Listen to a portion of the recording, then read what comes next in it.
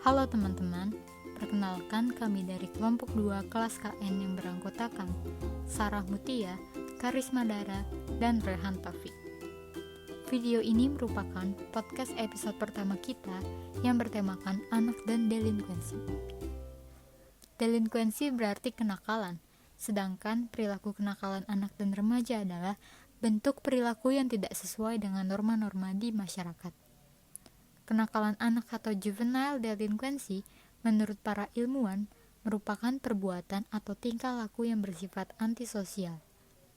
Menurut bentuknya, seorang ilmuwan bernama Sunarwiyati membagi kenakalan anak dan remaja ke dalam 3 tingkatan. Yang pertama, kenakalan biasa seperti suka berkelahi, suka keluyuran, membolos sekolah, pergi dari rumah tanpa izin orang tua, dan kenakalan biasa yang dilakukan oleh seorang remaja. Yang kedua, kenakalan yang menjurus pada pelanggaran dan kejahatan seperti mengendarai mobil tanpa SIM, mengambil barang orang tua tanpa izin.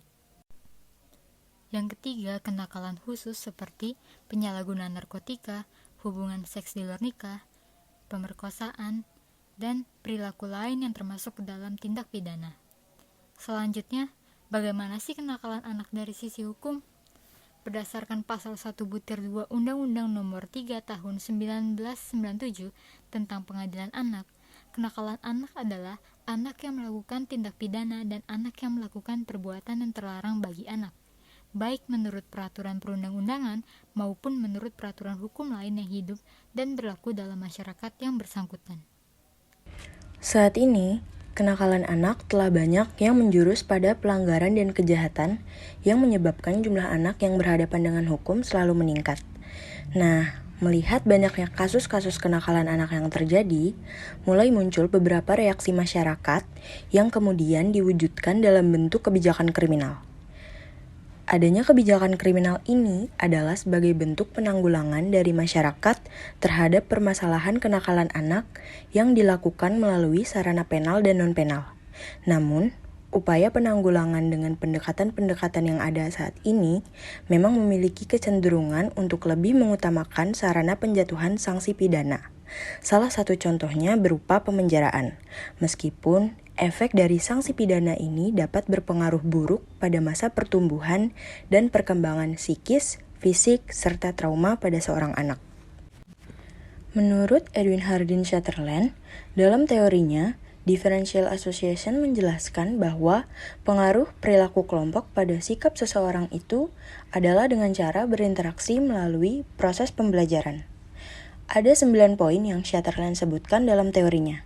Antara lain, yang pertama adalah criminal behavior is learned. Dalam hal ini, perilaku jahat atau kriminal terjadi karena dipelajari dan bukan dibawa sejak lahir. Yang kedua, perilaku kriminal dipelajari dalam interaksi dengan orang lain dalam suatu komunikasi, baik melalui komunikasi verbal maupun nonverbal. Yang ketiga, bagian yang pokok dari proses belajar perilaku kriminal umumnya terjadi dalam hubungan yang erat dengan kelompoknya.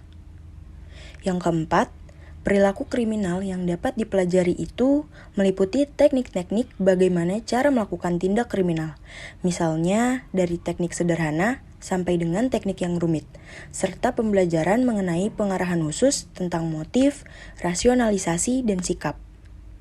Yang kelima, pengarahan khusus dari motif dan rangsangan atau dorongan dipelajari dari ketentuan-ketentuan aturan hukum yang menyenangkan dan menguntungkan. Yang keenam, seseorang menjadi delinkuen disebabkan karena adanya suatu akses ketentuan yang menyebabkan seseorang tersebut melakukan pelanggaran hukum. Inilah yang merupakan prinsip dari asosiasi diferensial yang berlaku baik bagi asosiasi kriminal maupun non-kriminal. Orang menjadi kriminal karena adanya hubungan atau kontak dengan pola-pola kriminal. Yang ketujuh, asosiasi-asosiasi diferensial itu bervariasi di dalam frekuensi, waktu, prioritas, dan intensitas. Yang kedelapan, Proses belajar perilaku kriminal melalui asosiasi dengan pola-pola kriminal dan anti-kriminal mencakup mekanisme yang terjadi pada proses belajar. Artinya, proses belajar dari perilaku kriminal tersebut tidak terjadi semata-mata secara imitasi, tapi melalui pengamatan dan pembelajaran secara langsung. Yang terakhir, perilaku kriminal tidak dapat dijelaskan dengan nilai dan kebutuhan umum, karena perilaku non-kriminal juga merupakan ekspresi dari nilai dan kebutuhan yang sama. Selanjutnya, dari teori atau konsep Sutherland tersebut, bisa diasumsikan bahwa bagi anak, lingkungan pergaulan atau peer group yang jelek atau buruk cenderung dapat mendorong terbentuknya perilaku yang buruk atau bahkan negatif pula, yang bisa menjurus pada perilaku melanggar hukum, baik dalam taraf yang ringan sampai yang berat, seperti menganiaya atau membunuh. Bahkan dengan maraknya kasus-kasus perkelahian antar pelajar, maka lingkungan pergaulan yang buruk merupakan tempat yang potensial bagi kasus terjadinya kenakalan anak. Kasus-kasus bullying yang terjadi di sekolah ataupun kasus tawuran antar sekolah merupakan beberapa contoh yang perlu dicermati dan diantisipasi oleh pihak-pihak yang berwenang di Indonesia dengan upaya penanggulangan yang terkoordinasi dan terintegrasi dengan baik. Berdasarkan penelitian, menurut A. Phelps dan Henderson, mereka menemukan bahwa 80% anak-anak delinkuent jika tidak ditangani secara benar dapat berkembang menjadi penjahat pada masa dewasanya. Karena itu, upaya yang dapat dilakukan dalam menanggulangi kenakalan anak harus dilakukan sedini mungkin, melihat dalam era modern saat ini, terdapat kecenderungan bahwa faktor lingkungan dapat menjadi salah satu faktor dominan yang menyebabkan terjadinya kenakalan anak. Selain itu, dari faktor lingkungan pula dapat digunakan sebagai salah satu sarana atau solusi dalam upaya penanggulangan kenakalan anak. Lingkungan di mana anak tumbuh dan berkembang perlu ikut bertanggung jawab dalam upaya menanggulangi kenakalan anak. Demikian podcast episode pertama kami. Terima kasih dan sampai jumpa.